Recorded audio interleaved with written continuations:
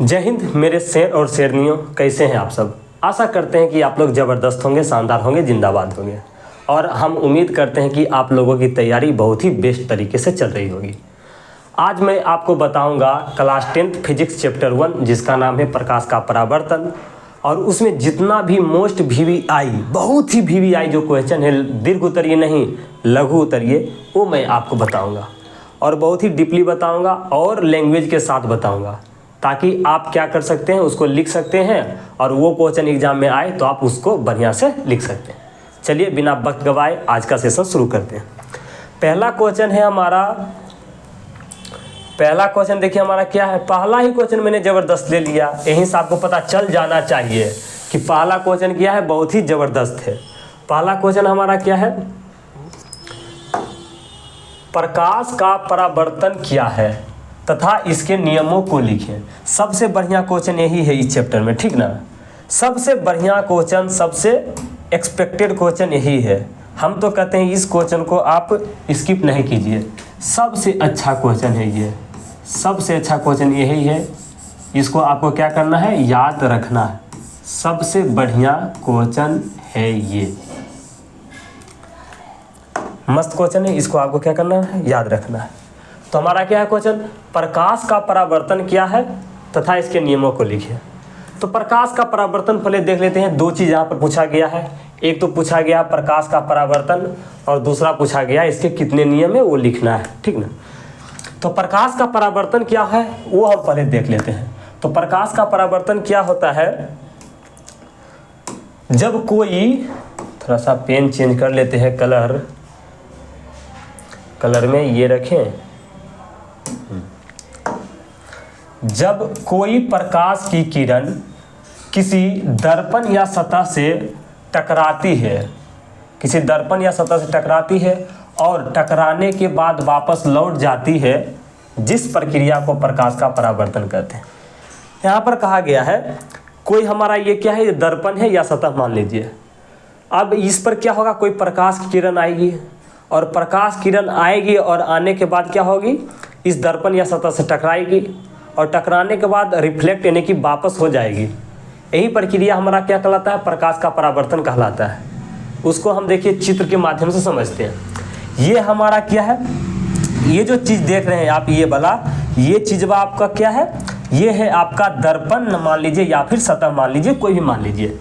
ये है हमारा क्या, दर्पण या सतह। जो पीला वाला है ये हमारा क्या है, ये हमारा है दर्पण बोलिए या फिर सतह बोलिए, कोई बात नहीं।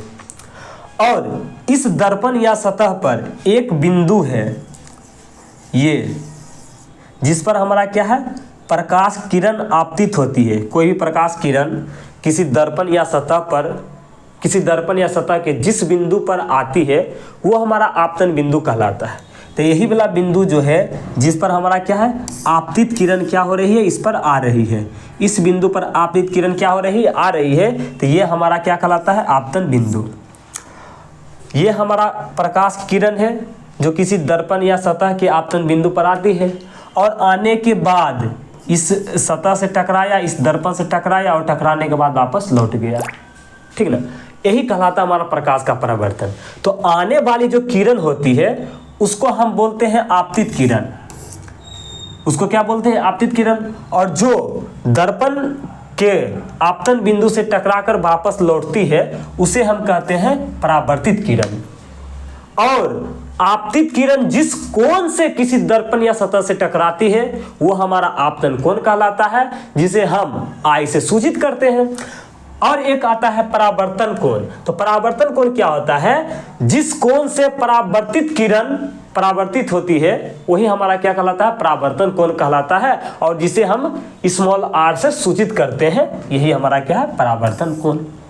और आपतित किरण और परावर्तित किरण के बीच में एक क्या है डाला हुआ, अभिलंब। आपतन बिंदु पर क्या डाला हुआ है, एक अभिलंब डाला हुआ है। ये क्या है, हमारा अभिलंब डाला हुआ है। और आपतन बिंदु के बारे में हम तो अब समझाइए दिए।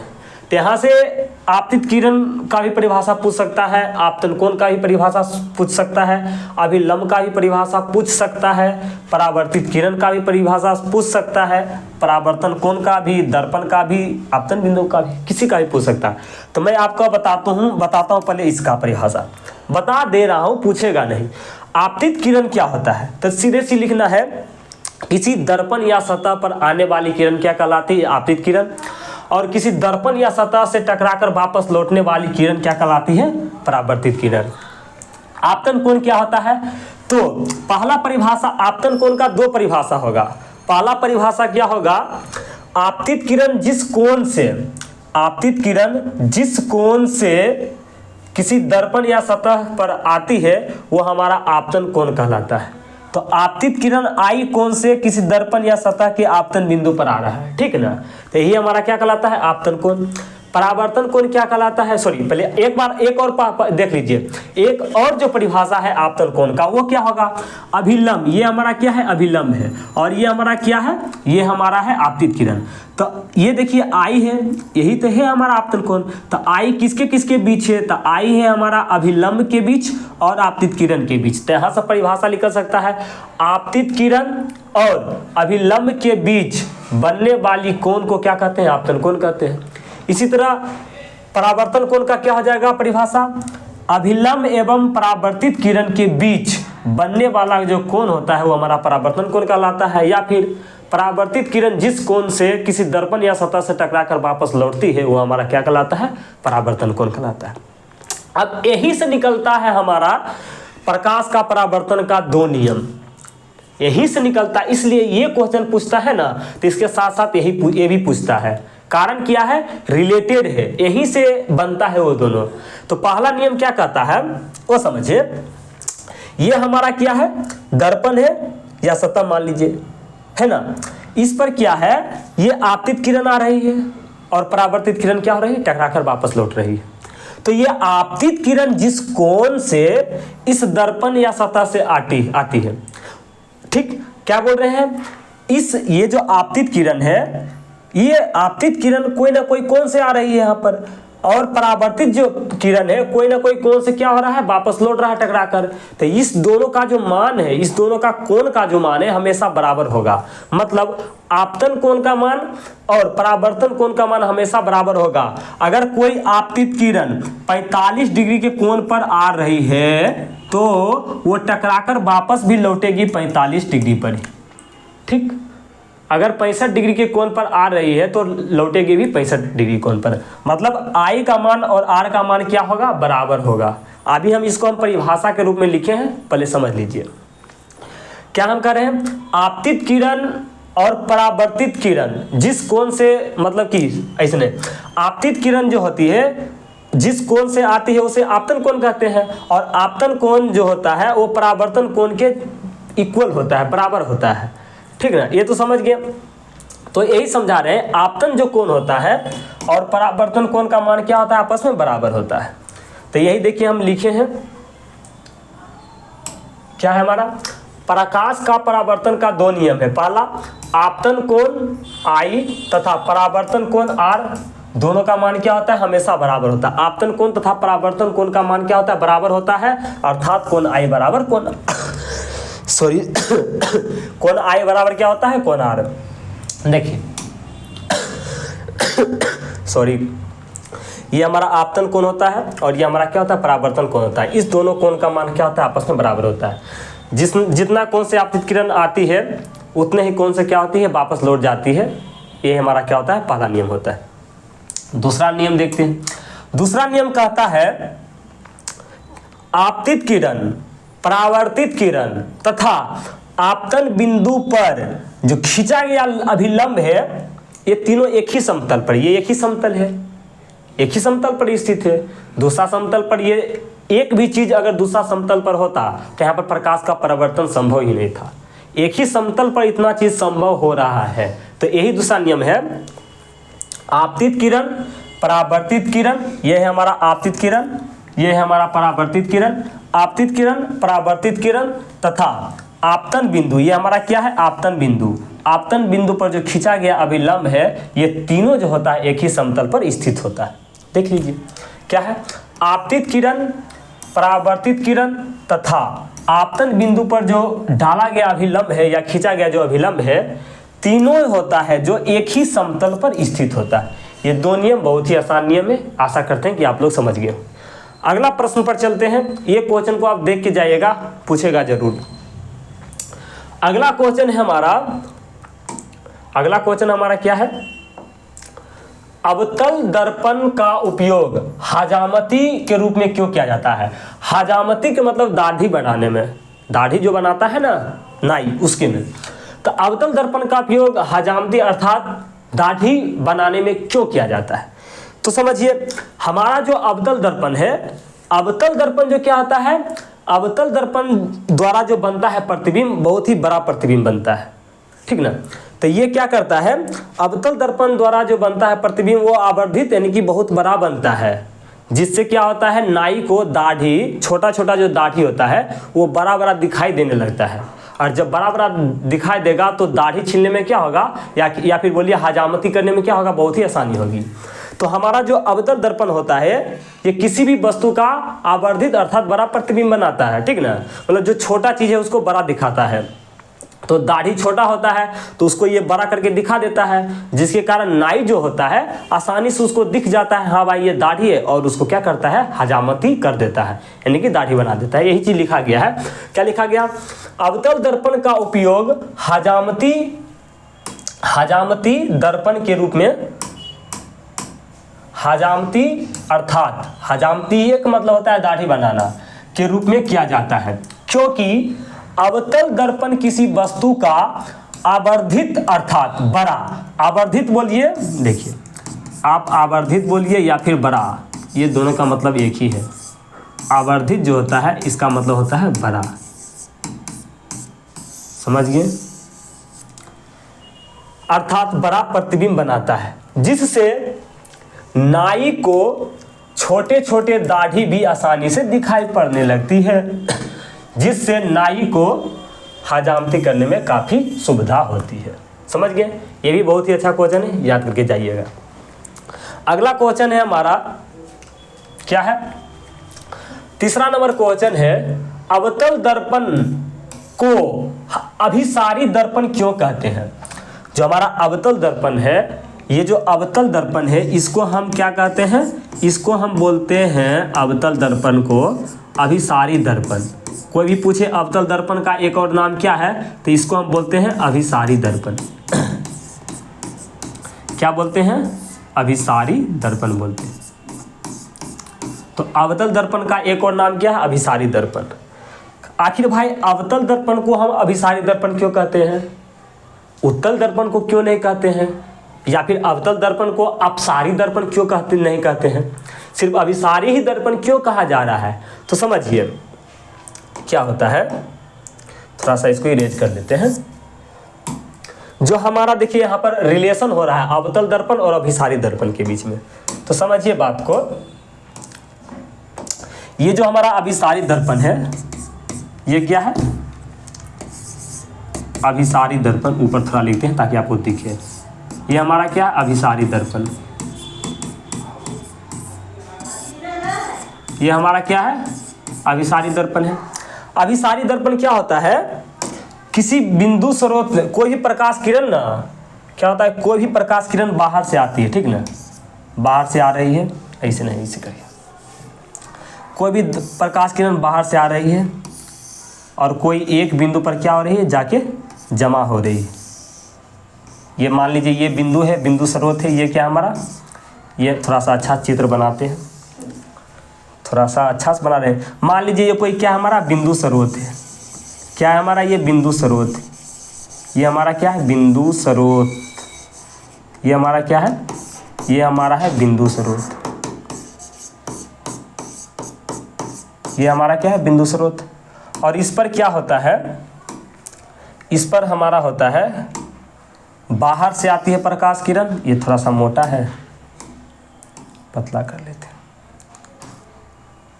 इस पर क्या होता है, बाहर से प्रकाश किरण आती है और इस पर क्या होती है, जमा हो जाती है। बाहर से आती है और इस पर क्या हो जाती है, जमा हो जाती है। अरे भाई जमा हो जा रही हो जा रही कि नहीं, बाहर से आ रही है और यहाँ पर क्या हो जा रही है, इकट्ठा हो जा रही है। तो यही हमारा क्या होता है, अभिसारी दर्पण होता है। अभिसारी दर्पण क्या होता है, बाहर से आकर प्रकाश किरण किसी बिंदु स्रोत पर क्या होता है, जमा होता है। ये चीज़ आपको याद रखना है, ये अभी आगे काम देगा। तो चलिए इसको हम पढ़ते हैं और समझाते हैं आपको। इसको हम इरेज कर देते हैं, इरेज क्या करते हैं, साइड में रखते हैं अभिसारी दर्पण। तो यहाँ पर पढ़िए, देखिए अवतल दर्पण को अभिसारी दर्पण इसलिए कहा जाता है क्योंकि अवतल दर्पण का दोनों सिरा प्रधान अक्ष की ओर मुड़ा रहता है। क्या होता है बताते हैं, ये इसको थोड़ा सा छोटा कर देते हैं। ये हम आपको बताए हैं, क्या बताए हैं, तो ये हम बता रहे हैं अभिसारी दर्पण। क्या हो रहा है अभिसारी दर्पण में, बहुत सारा प्रकाश किरण आ रही है, ठीक ना। देखिए ये प्रकाश किरण आ रही है, प्रकाश किरण आ रही है, प्रकाश किरण आ रही है, और किसी बिंदु स्रोत पर क्या हो रहा है, जमा हो रहा है, इकट्ठा हो रहा है कि नहीं हो रहा है। इसको हम छोटा थोड़ा सा कर देते हैं, काहे कि इसका चित्र थोड़ा सा अच्छा से बनाना है। ए भाई हो जा, क्यों इतना तुम रुस रहा है।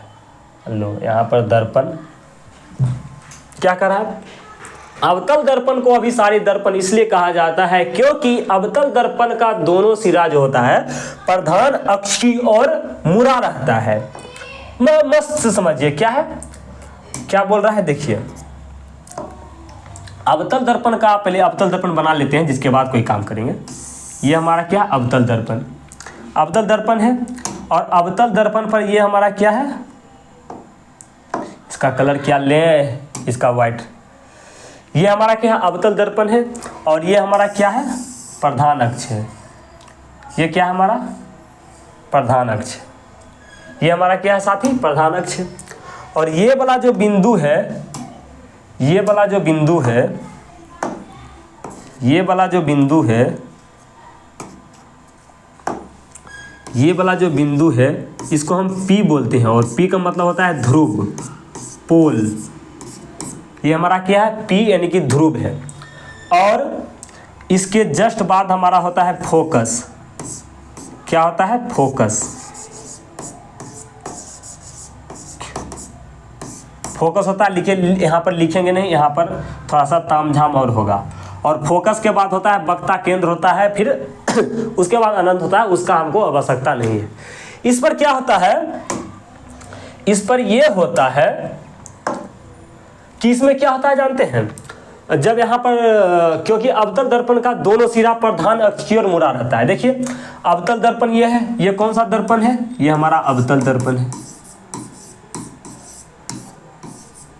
ये हमारा कौन सा दर्पण है, अवतल दर्पण। अवतल दर्पण का देखिए क्या है, एक सिरा ये है और एक सिरा ये है। ये दोनों क्या है, प्रधान अक्षीय है हमारा, प्रधान अक्ष की ओर क्या है, मुड़ा है, झुका है कि नहीं, झुका है। अवतल दर्पण का दोनों जो सिरा है ये प्रधान अक्ष की ओर क्या है, मुड़ी हुई है, झुकी हुई है। तो यही चीज बोल रहा है, अवतल दर्पण को अभिसारी दर्पण इसलिए कहा जाता है क्योंकि अवतल दर्पण का दोनों सिरा प्रधान अक्ष की ओर मुड़ा रहता है। और प्रधान अक्ष की समांतर आपतित किरणें दर्पण से परावर्तन के बाद मुख्य फोकस पर जमा हो जाती है या अभिसरित हो जाती है, इसलिए अवतल दर्पण को अभिसारी दर्पण कहते हैं। समझिए ये अवतल दर्पण है, ये प्रधान अक्ष की ओर है और अवतल दर्पण की दोनों सिरा जो है प्रधान अक्ष की ओर मुड़ी हुई है। और प्रधान अक्ष के समांतर कोई भी प्रकाश किरण आती है, क्या साथी, प्रधान अक्ष के समांतर कोई भी प्रकाश किरण, ओहो लाइनिंग नहीं बनाए, प्रधान अक्ष के समांतर कोई भी प्रकाश किरण आती है। मान लीजिए एक प्रकाश किरण ये आई यहाँ दर्पण पर टकराई और टकराने के बाद क्या हुआ, ये मुख्य फोकस से, आप तो जानबे करते हैं कोई भी प्रकाश किरण मुख्य अक्ष के समांतर आती है, आने के बाद फिर क्या होता है, दर्पण से टकराता है और दर्पण से टकराने के बाद क्या होता है, मुख्य फोकस से जाती है या जाती हुई प्रतीत होती है। समझ गए। तो मान लीजिए ये क्या है, कोई प्रकाश किरण है जो मुख्य अक्ष के समांतर, मुख्य अक्ष के समांतर, ये हमारा प्रधान अक्ष है। ये हमारा क्या है, ये है हमारा प्रधान अक्ष, जिसको हम मुख्य अक्ष भी बोलते हैं। ये हमारा क्या, प्रधान अक्ष, प्रधान अक्ष है। कोई प्रकाश किरण प्रधान अक्ष यानी कि मुख्य अक्ष के समांतर आ रही है और ये क्या हुआ, दर्पण से टकराया कि नहीं, टकराने के बाद क्या होगा, टकराने के बाद होगा ये मुख्य फोकस से गुजर जाएगा, मुख्य फोकस से क्या हो जाएगा, गुजर जाएगा। ये देखिए इधर आया और इधर टकराने के बाद क्या हुआ, मुख्य फोकस से गुजरता है।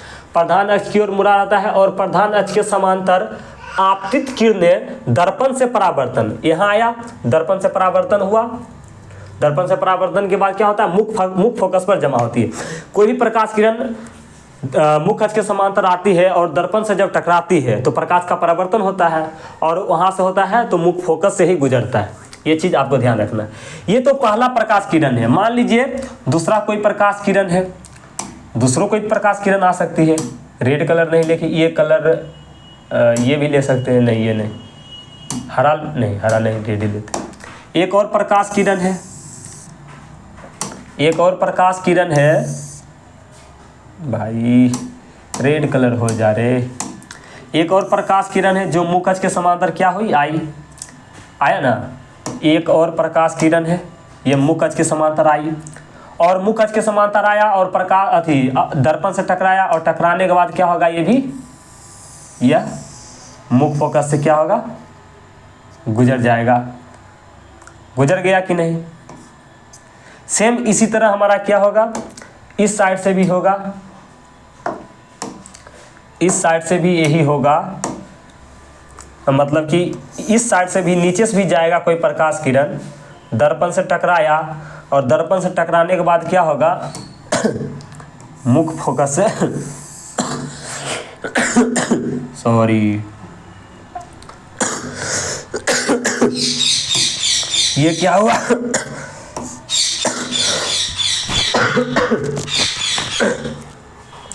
मुख्य अक्ष के समांतर कोई प्रकाश किरण आई, दर्पण से टकराया और टकराने के बाद क्या हुआ, मुख्य फोकस से गुजर गया। ये क्या हुआ, गुजर गया। मुख्य फोकस से ही जाएगा। अगला हमारा कोई किरण एक और लाते हैं, रेड कलर का लाते हैं। मान लीजिए ये ऊपर से इधर से ले आते हैं, ये आया और आया यहाँ से दर्पण से टकराया, दर्पण से टकराया और टकराने के बाद क्या हुआ, यही मुख्य फोकस से गुजर गया। मुख्य फोकस से गुजरा कि नहीं, गुजरा। तो यहाँ से आपको क्या नजर आ रहा है, क्या नजर आ रहा है यहाँ से आपको बताइए, क्या दिख रहा है आपको, यही ना दिख रहा है। कोई भी प्रकाश किरण क्या हो रहा है, कोई भी प्रकाश की किरण बाहर से आ रही है, दर्पण से टकरा रही है और ये एक ही बिंदु जो है क्या, हमारा मुख्य फोकस यहाँ पर जमा हो रही है। बाहर से प्रकाश किरण आ रही है, आ रही है, आ रही है, आ रही है और कोई बिंदु स्रोत है। मान लीजिए ये है प्रकाश किरण और मेरा जो यहाँ पर है कोई बिंदु स्रोत है। कितना प्रकाश किरण आ रहा है और यहाँ पर जमा हो रहा है, वही चीज़ हो रहा है। ऊपर से भी प्रकाश किरण आपके सामने भेजवाएं, नीचे से भी भेजवाएं, दर्पण से टकराया, परावर्तन हुआ और कहाँ हुआ, जमा, मुख्य फोकस पर जमा हुआ। और जमा हुआ या फिर अभिसरित हुआ कि नहीं। तो यही चीज़ बात देखिए, आप अभी मैं आपको बताया था ना, बहुत सारा प्रकाश किरण क्या होता है, बाहर से आकर किसी बिंदु स्रोत पर जमा होता है और उसे हम क्या कहते हैं, अभिसारी दर्पण कहते हैं। सेम तो चीज यहाँ पर अवतल दर्पण में हो रहा है, बाहर से प्रकाश किरण आ रही है और मुख्य फोकस पर क्या हो रही है, जमा हो रही है कि नहीं। इसमें भी क्या हो रहा है, बाहर से प्रकाश किरण आके किसी बिंदु स्रोत पर इकट्ठा हो रही है। इधर से भी क्या हो रहा है, बाहर से प्रकाश किरण आके मुख्य फोकस पर क्या हो रही है, इकट्ठा हो रही है। तो सेम तो हो गया, बाहर से आकर कॉमन दोनों में क्या है, बाहर से प्रकाश किरण आई और किसी बिंदु स्रोत पर, चाहे वो मुख्य फोकस ही क्यों ना हो, कोई बिंदु स्रोत है वहां पर आके इकट्ठा हो रही है कि नहीं। सेम हो गया, सेम पोजीशन है। इसलिए हम क्या कहते हैं इसको, इसलिए अवतल दर्पण को अभिसारी दर्पण कहते हैं, क्योंकि दोनों में क्या कॉमन है, बाहर से प्रकाश किरण आती है और किसी बिंदु स्रोत पर इकट्ठा हो जाती है। समझ में आया, समझ में आया तो इसका स्क्रीनशॉट ले लीजिए।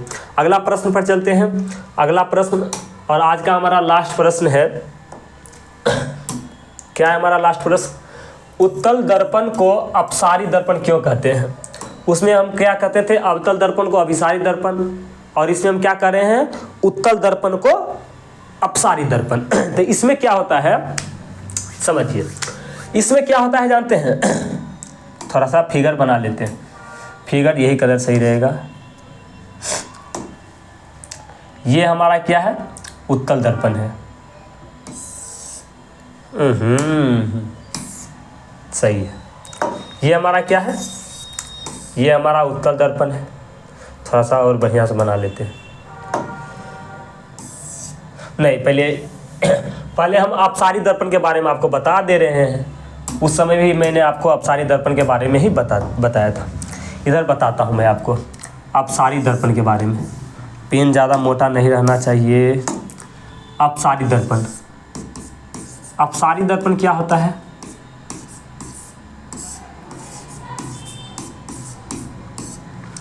अपसारी जो दर्पण है इसमें क्या होता है ये मान लीजिए कोई बिंदु ये मान लीजिए क्या है, कोई बिंदु स्रोत है।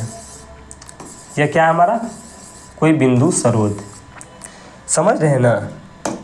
ये हमारा क्या है? कोई बिंदु स्रोत है। और इस बिंदु स्रोत से क्या हो रहा है बाहर की ओर प्रकाश किरण निकल के फैल रही है। ये क्या हो रहा है?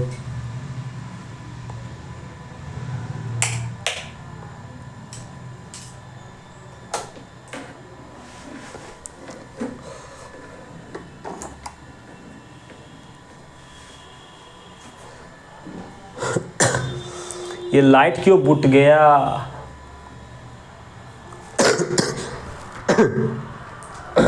चलिए कोई बात नहीं, लाइट बुझ गया। ये हमारा क्या है? अपसारी दर्पण है।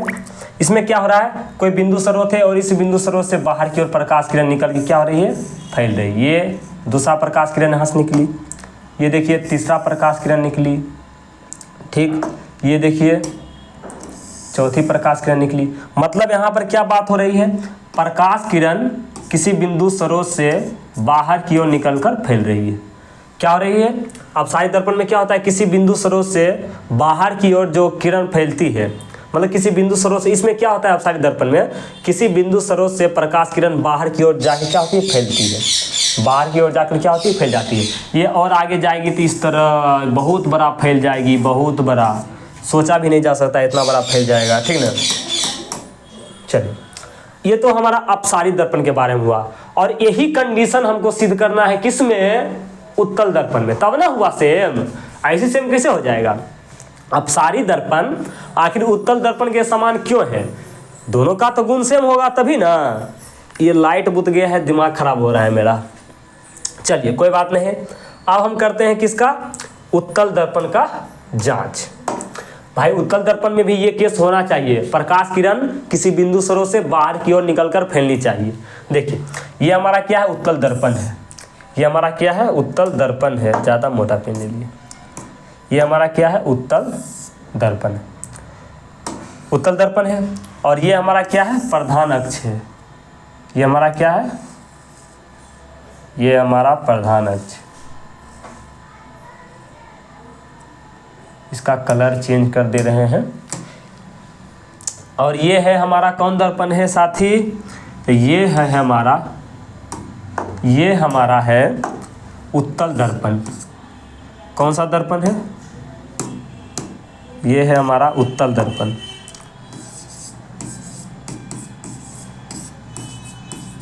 ये हमारा कौन सा दर्पण है? उत्तल दर्पण है।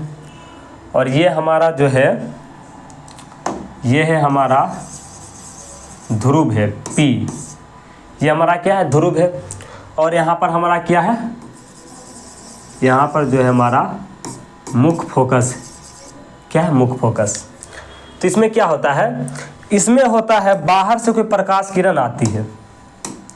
बाहर से क्या होती है? कोई प्रकाश किरण आती है। बाहर से प्रकाश किरण आई, दर्पण से टकराया, और टकराने के बाद क्या हुआ? सही ये इस तरह से दर्पण से टकराया, और टकराने के बाद इस दिशा में मुड़ गई, और इस दिशा मुड़ी ना, तो ये चीज़ जो है ये क्या होता है? इधर आके मिलती हुई प्रतीत होती है। इधर थोड़ा सा टेढ़ा लग रहा है ना।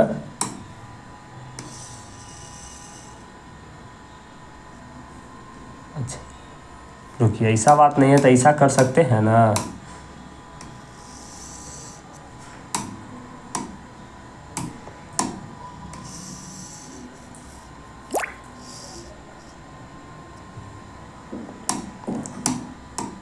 ये देखिए पीछे की ओर मुड़ेगी। ये पीछे का आकर पीछे हुआ क्या? ये कोई प्रकाश किरण है, प्रकाश किरण है। मुख्य अक्ष के समांतर, ये हमारा कौन अक्ष है? ये हमारा मुख्य अक्ष, ये हमारा कौन अक्ष है? मुख्य अक्ष। कोई प्रकाश किरण उत्तल दर्पण के मुख्य अक्ष के समांतर आपतित होती है और दर्पण से टकराती है, तो इस दर्पण की विपरीत दिशा में क्या होती है? टकराकर वापस लौट जाती है। प्रकाश किरण आई, दर्पण से टकराई, टकराने के बाद वापस लौट गई, यहाँ पर हमारा प्रकाश का परावर्तन ही हो रहा है। चाहे वो कोई भी दर्पण हो, प्रकाश का परावर्तन तो होगा ही। तो यहाँ पर ये हुआ हमारा आपतित किरण, ये हुआ हमारा परावर्तित किरण, और इसी के बीच होता है विलंब। लेकिन उतना अभी डिटेल नहीं जाना है, क्योंकि मैंने पहला ही क्वेश्चन में आपको उतना डिटेल बता दिया था। तो ये तो हमारा पहला किरण है जो कि क्या हुआ? मुख्य अक्ष के समांतर आई, दर्पण से टकराई, और ये इधर क्या हुआ? वापस लौट गया। और ये बाहर मतलब कि जो है इधर मिलती हुई प्रतीत होती है। मुख्य फोकस पर क्या होती है? यही किरण ना पीछे की ओर मुड़ती हुई प्रतीत होती है। सेम कंडीशन अगर हम नीचे से लेते हैं, कोई प्रकाश किरण ये देखिए आ रही है मुख्य अक्ष के समांतर, मुख्य अक्ष के समांतर आई, दर्पण से टकराई, और टकराने के बाद क्या हुई? ये देखिए वापस लौट गई। वापस क्या हुआ? लौट गई। लौट रही है कि नहीं? ये प्रकाश किरण आई, ये प्रकाश किरण आई,